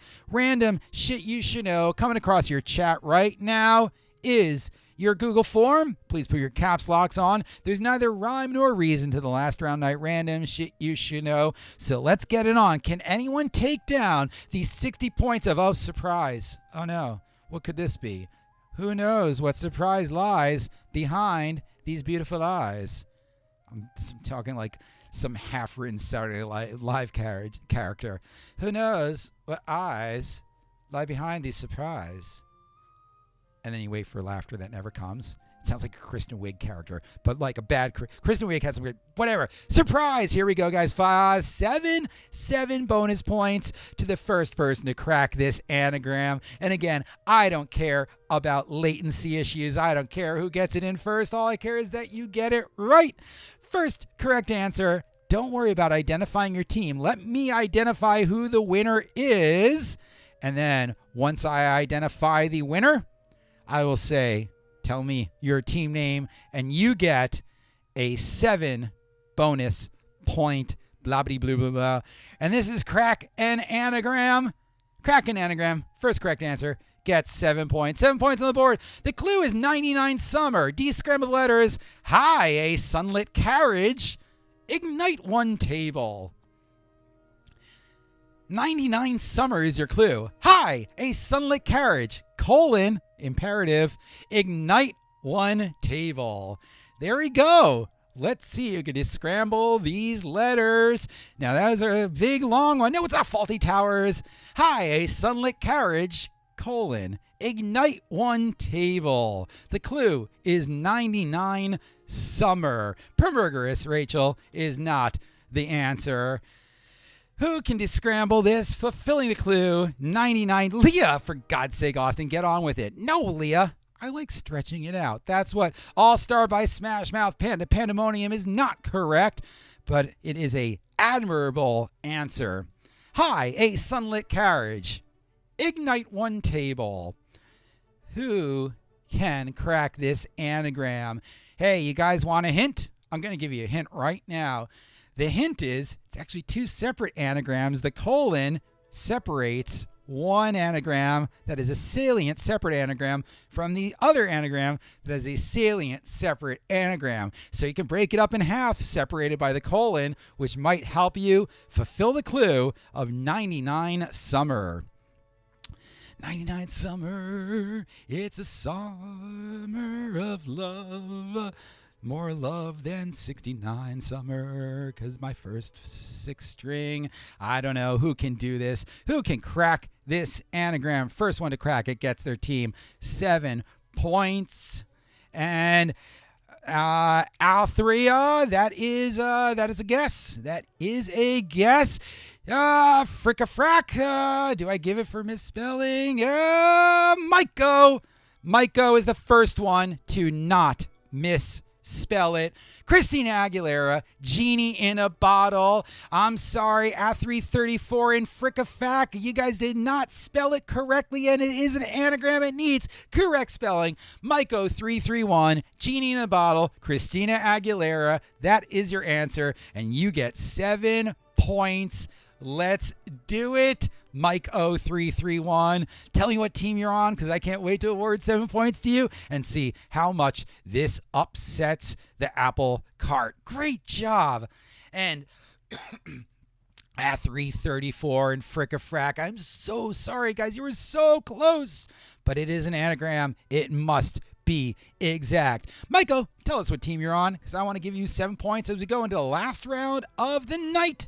Random shit you should know. You're Ted Cruz's tan line, and this is a crush.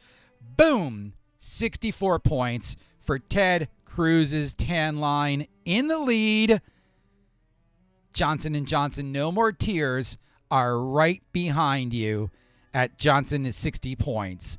That is absolutely excellent.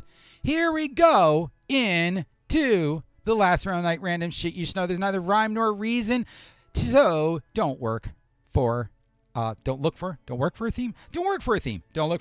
Whatever, who cares? Here you go in round 6, random shit you should know. I just sent across in the YouTube chat your form. So, number 1. This A word describes a well-known named pattern of stars seen in the night sky that are not formally classified as a constellation, Rachel. This A word, for question number 1 in the last round, describes a well-known named pattern of stars seen in the night sky that are not formally classified as a constellation, Rachel. For number 1 in random shit you should know. So here's the thing. You know what? I actually did not know that word, was not familiar with it at all. And being a true fan of trivia, I corrected myself once I was arrogant about not giving you extra points. Now, in this way, I'm sort of giving you an extra point karmically for later on, but still, yeah. No, I don't receive criticism while hosting trivia, but I do absorb it afterwards. All right, guys, here we go with question number 2 in bloobity blah blah blah. The 13th century BCE stele of Pharaoh Merneptah has in hieroglyphics the first written mention of this ancient tribe, today the name of a nation. The 13th century BCE Pharaoh Merneptah, why do I put Egypt? Pharaoh whatever, has in hieroglyphics the first written mention of this ancient tribe, today the name of a nation. For number 2, in random stuff you should know. Repeats will come up after number 10. Then we're going to settle any disputes, turn in our scores, and see who wins tonight's contest. Ted Cruz's tan line, nailing that 7-pointer right there. That's a 3-pointer at the buzzer, but it's 7-pointer before the buzzer. But that said, the savagest, most savage question number 10 I think I've ever produced is coming soon. So someone's going to be really happy, but most of you will be really angry. Here's number 3. 2008's 1 Fifth Avenue was a novel depicting events in the building of the same name and written by this Sex and the City writer. 2008's 1 Fifth Avenue was a novel depicting events in the building of the same name and written by this Sex and the City writer. For number 3, Blakery. That is pretty funny. Jeannie Navarro, Christina Aguilera. Yeah, definitely did it.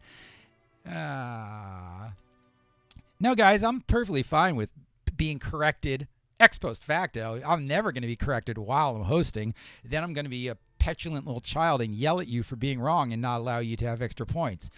Afterwards, my contrition will kick in and I'll be like, oh, I learned something new. But this facade here, this guy here, this guy right here, he doesn't learn anything new. The real me learned something new, and then I incorporate it into the later trivias. And also, by the way, I never frickin' forget it if I'm wrong.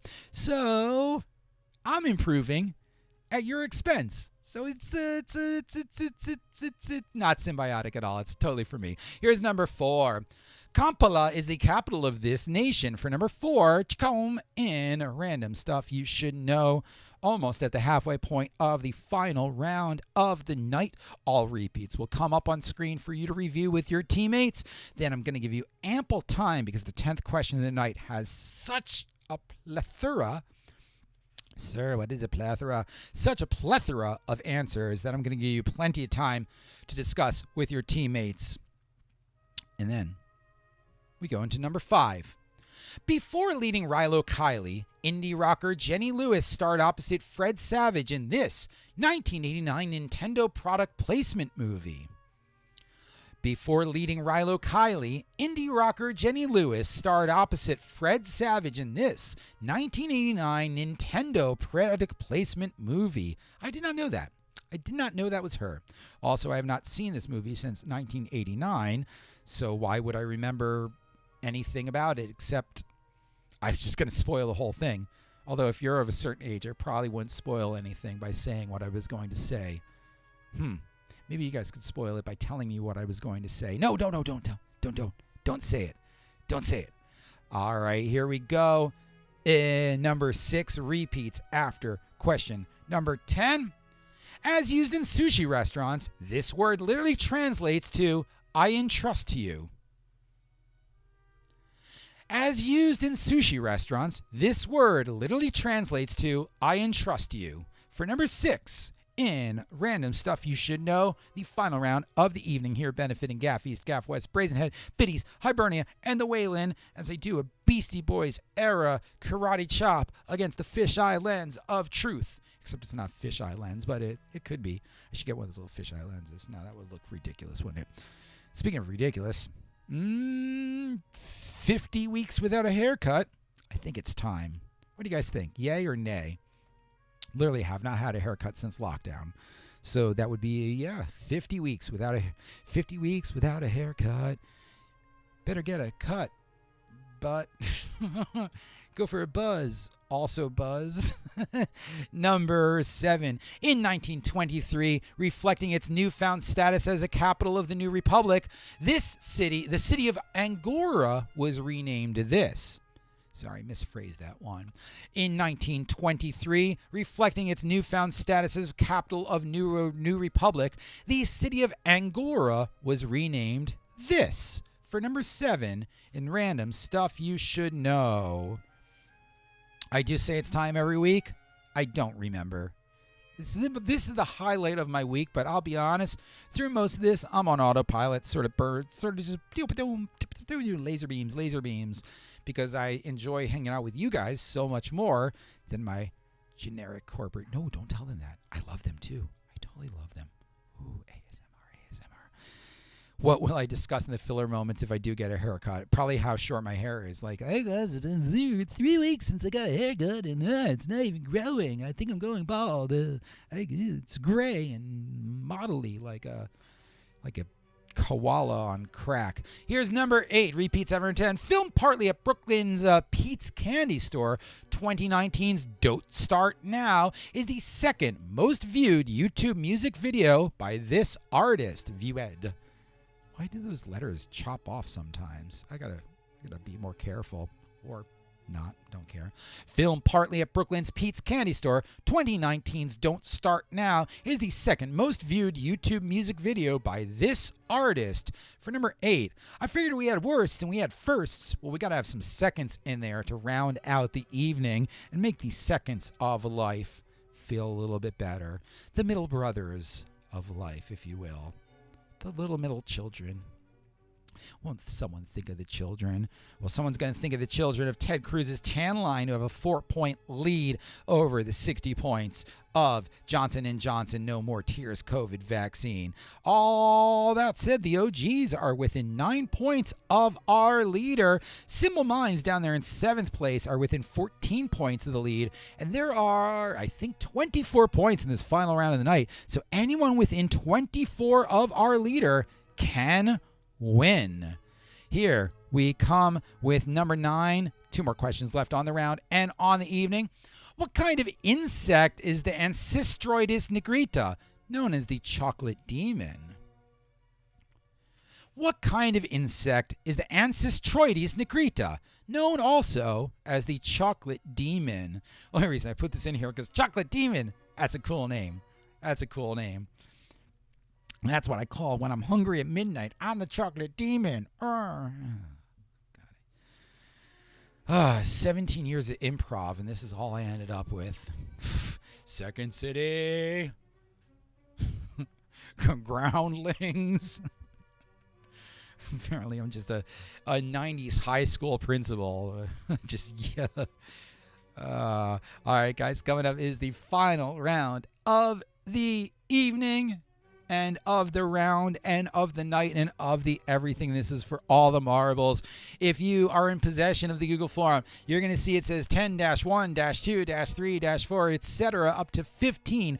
That means you have up to 15 possible points. That's right. Each individual correct answer of up to 15 net you 1 possible point, up to 15 possible points for the last clue of the round and of the evening. After this question, all 10 are coming up on screen, and I'm giving you plenty of time to review with your teammates because the last one is a doozy.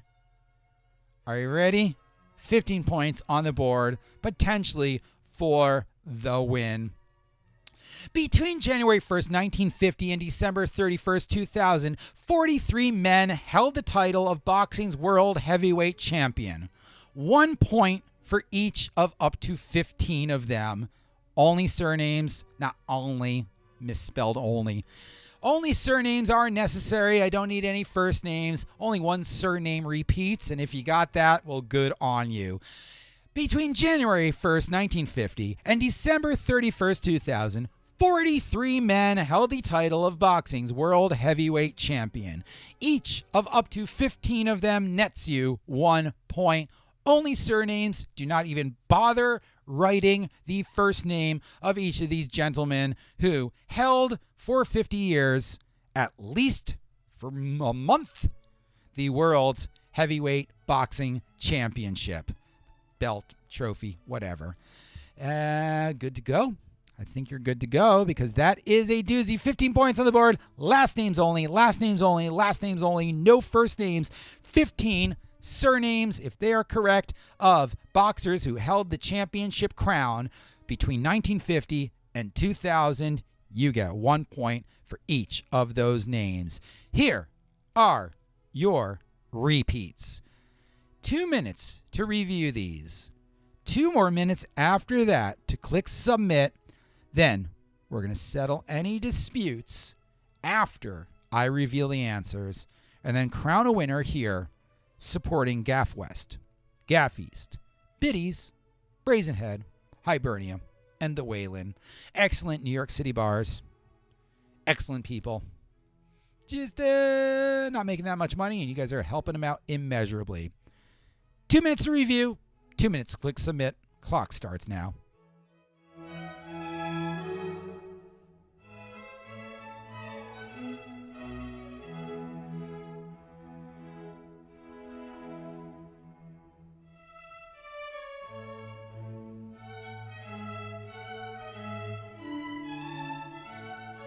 Oh, guys, by the way, all of you saying I've got a longer improv. I've never done improv.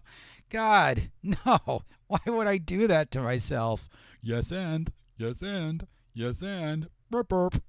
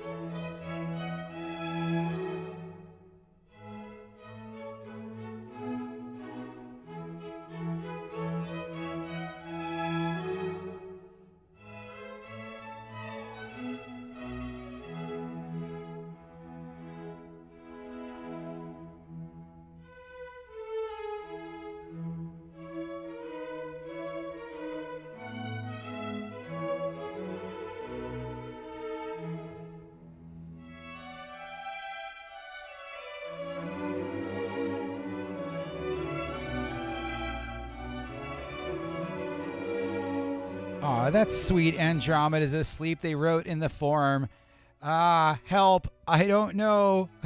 Thanks for hosting. Yeah, I don't know, but we had fun. Goodbye, good night. It was fun. Bye. Oh, thank you so much. Andromeda's asleep. That's a cute thing to do. All right, guys. 2 more minutes to click that submit button and discuss with your teammates. Otherwise, if you've hit submit and you like how the Google form has judged you, hop on over to leaderboard and tell us how many out of 24 points you received. 2 more minutes left.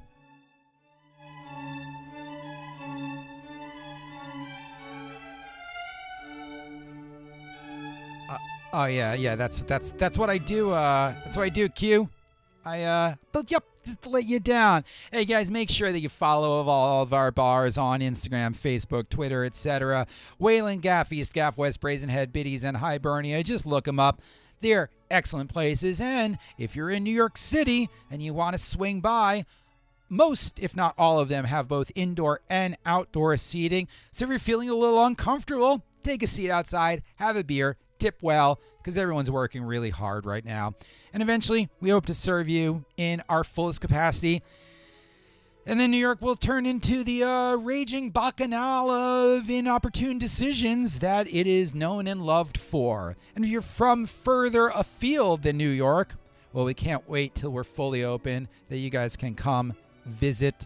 And if you do come visit, make sure you got your shots. Shots, shots. Oh, that song means something totally different now. Shots, shots, shots, shots, shots, shots, shots, shots. All right, we got some great teams turning them in. Roughly one half of you have turned them in thus far, but I'm going to give you another 2 minutes or so to click that submit button. Hey guys, have a corporation. You want me to host your trivia event or private party? Let me know. I do multiples of them a week with less profanity than I might do amongst you guys, because you guys are my close and special happy friends all around the Seattles and the Tennessees and the Philippines. We had the Philippines this morning for them, tonight for us. So excellent that people are joining from all over the place. You guys are Blakery and you are Andromeda Sleeping. You guys did great. Absolutely great. Thanks for sticking around. For newcomers, did I shoot you in the back? Yeah, I did. Hold on. Pew pew. There I am shooting. All right, guys. Time's up. Turn them in. Click submit. Here come your answers to round 6. And then if you already like your scores, hop on over to the leaderboard and tell us how many out of 24 you got. If for some reason you have any disputes whatsoever, please wait for me to reveal all of the answers up here. And then we're going to see if we could crown a winner. Tonight, benefiting the Gaf East, Gaf West, Brazen Head, Biddy's, Hibernia, and the Waylon NYC. Andromeda's sleeping. Well, right now, Mochi and Miso are... It's sort of not good if I don't know where they are, because that means something might be afoot kitty cat-wise. Or they're more than likely just sleeping somewhere else. All right, looks like we're turned in. Let's see. Hop on over the leaderboard if you are settled. If you're not settled, please wait for me to reveal the answers up here and tell me if you have any disputes. Number 1 in asterism is the subset of a constellation without a formal name. Israel was first mentioned in the 3300 BCE stela of... forgot the name of the pharaoh already. Kenneth Bushnell wrote a 1/5 Avenue novel about 1/5 Avenue. Uganda's capital is Kampala. The Wizard starred Jenny Lewis of Rilo Kiley. Omakase means means please decide for me. In essence, chef's choice when at a sushi restaurant. Ankara originally was Angora. That's where it comes from. I did not know that. I feel stupid right now. I just found that out. Dua Lipa's second most popular video was filmed in Brooklyn. The chocolate demon is a butterfly. And here, what? Oh my God. I literally lost this slide with all of the answers of all of, oh my God, where is it? Oh, this is so embarrassing. I got it all right here. Ezra Charles, Joe Walcott, Rocky Marciano, Floyd Patterson, Ingmar Johansson, Sonny Liston, Muhammad Ali, or Cassius Clay. You get a point for either last name. Ernie Terrell, Joe Frazier, Jimmy Ellis, Joe Foreman, Leon Spinks, Ken Norton, Larry Holmes, John Tate, Mike Reaver, Michael Dokes, Jerry Coetzee, Chim Witherspoon, Pinklin Thomas, Greg Page, Tony Tubbs, Michael Spinks, the only last name repeated, Trevor Burbick, Mike Tyson, James Smith, no other Smiths, Tony Tucker, Francesco Damiani, Buster Douglas, Evander Holyfield, Ray Mercer, Michael Moore, a repeat, Riddick Borough, Lennox Lewis, Tommy Morrison, Michael Bent with 2 T's, Herbie Hyde, Oliver McCall, Bruce Sheldon, Frank Bruno, Henry Akinwande, Vitaly Klitschko, and Chris Bird are your heavyweight champions over that 50-year span. And the leaders are almost all in. Everyone turn them in. We're just waiting for the OGs to put theirs in there and the Tiger Splints to put theirs in there so we could crown a thorn. But it looks like it's all over. 80 points for Black Lives Matter, 82 for Johnson & Johnson No More Tears COVID vaccine, and 88 for the Ted Cruz tan line. Thanks so much for joining us, everyone. I don't know where my final slides went. They're somewhere around here. They're not. They're gone. So weird when they disappear like that. Oh, well, who cares? We had a great win by Ted Cruz's tan line. Johnson & Johnson right on the dot. And that's the end of it for the night. Thank you so much for joining us every week, every Wednesday, 8 p.m. Eastern, benefiting Gaf East, Gaf West, Brazen Head, Biddy's, Hibernia, and the Waylon. Great job tonight, everyone. Pia Jesu Domine, Dona es Requiem, cum sancti Spiritu, in gloria Dei Patris. Amen. Have a fantastic evening and good night.